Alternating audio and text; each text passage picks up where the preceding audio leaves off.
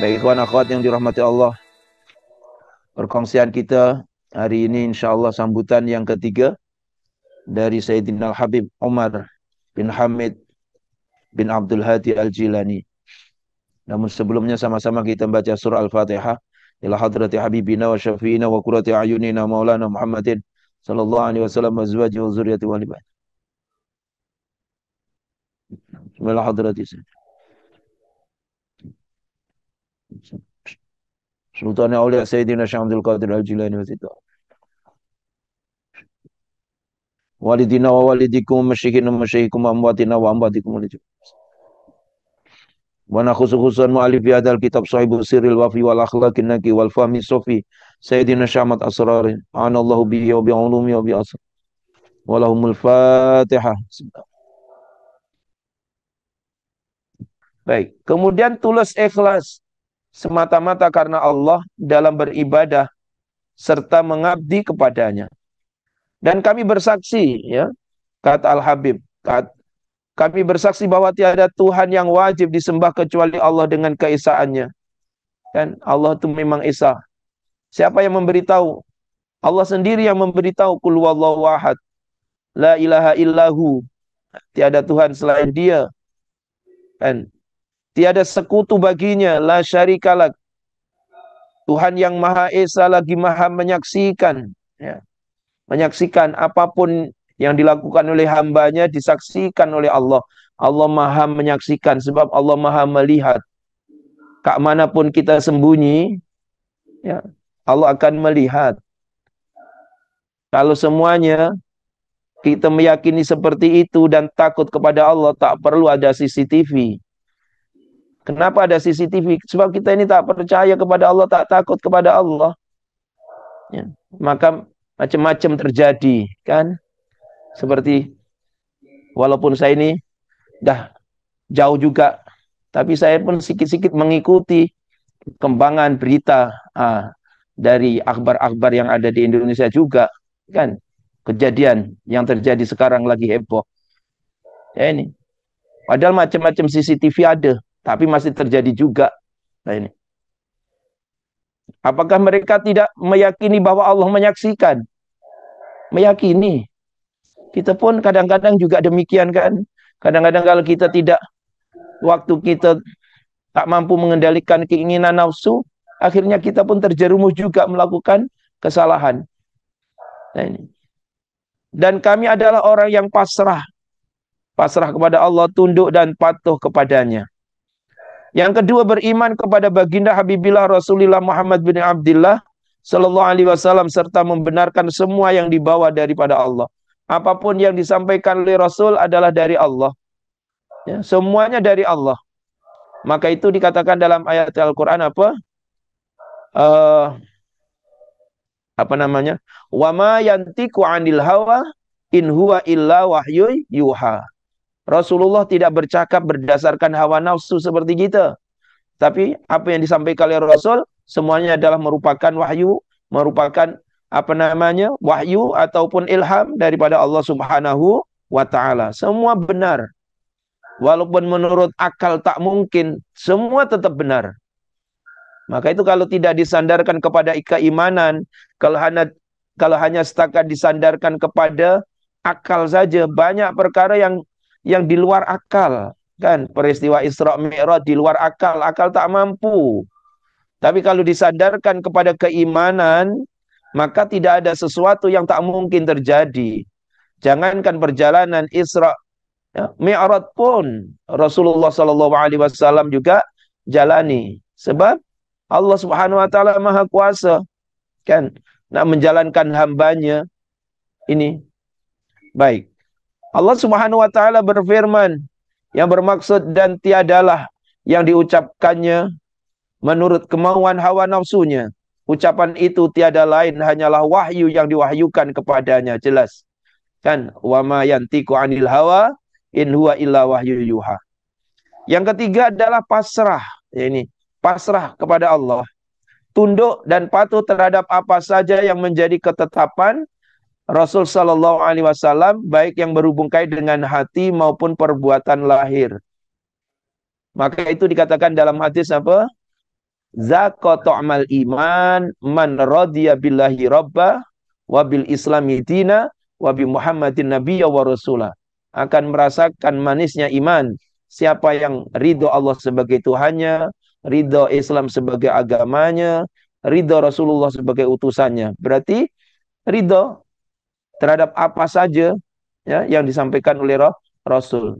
Pasrah tunduk bukan berarti kita bukan berarti menafikan ikhtiar. Ikhtiar tetap ikhtiar. Pasrah, ikhtiar dan pasrah adalah seiring. Ya, tak boleh kita hanya pasrah saja tanpa ikhtiar. Ini mesti ikhtiar sebab Allah pun juga perintahkan kita kan. Innallaha la yughayyiru ma biqaumin hatta yughayyiru ma bi anfusihim. Allah tak akan merubah keadaan suatu kaum sehinggalah kaum itu sendiri merubahnya. Tapi dalam masa yang sama kita ikhtiar dan kita pasrah. Allah Subhanahu wa taala berfirman, maka demi Tuhanmu mereka pada hakikatnya tidak beriman hingga mereka menjadikan kamu hakim terhadap perkara yang mereka perselisihkan. Kemudian mereka tidak merasa dalam hati mereka sesuatu keberatan terhadap putusan yang kamu berikan dan mereka menerima dengan sepenuhnya. Ya. Kita ridho dengan ketentuan Rasul, ridho dengan ketentuan Allah. Ya. Contohnya ridho dengan agama kita, dengan undang-undang kita. Contoh kita kena keluarkan zakat, kita kena wajib tutup aurat, apalagi sekarang musimnya kan cuaca yang sangat panas. Walau macam mana panas pun tetap kena tutup aurat. Ini. Kalau keluar dari rumah tetap kena tutup aurat. Berarti kita ridho, tunduk dengan undang-undang yang diberikan oleh Allah, oleh Rasulnya. Baik, yang keempat, taat dan mengikuti Rasulullah SAW, menjadikan setiap keinginan untuk mengikuti. Ya. Allahumma ja'alna minhum. Moga-moga kita dijadikan di antara golongan yang ini, ingin mengikuti Rasul. Menjadikan setiap keinginan untuk mengikuti.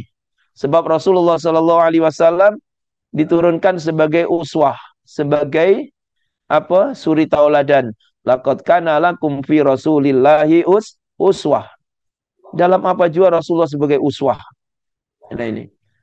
Kemudian selain mengikuti juga mengagungkan Rasulullah, memuliakan dan melaksanakan hak-haknya. Apa di antara hak Rasul? Kalau kita dengar nama Rasul, kita berselawat. Itu di antara hak Rasul lah. Ya? Kalau kita dengar nama Rasulullah disebutkan, Allahumma sholli alaih, Allahumma sholli alaih, itu. Kemudian mengidolakannya, ya, mengidolakannya. Memang Allah Subhanahu wa taala utus Rasul sebagai idola kita. Nah ini. Banyak orang masih mencari-cari mengidolakan siapa. Rasulullah lah yang diidolakan.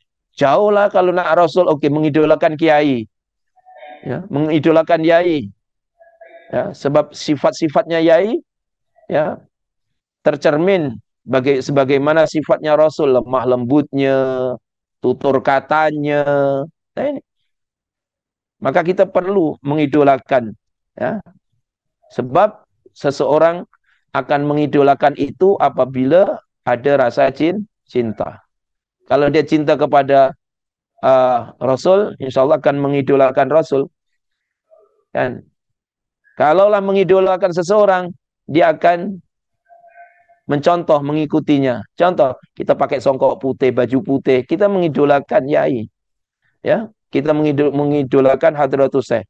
Tapi siapa yang suka seorang dia mengidolakannya, maka dia akan mencontoh dia.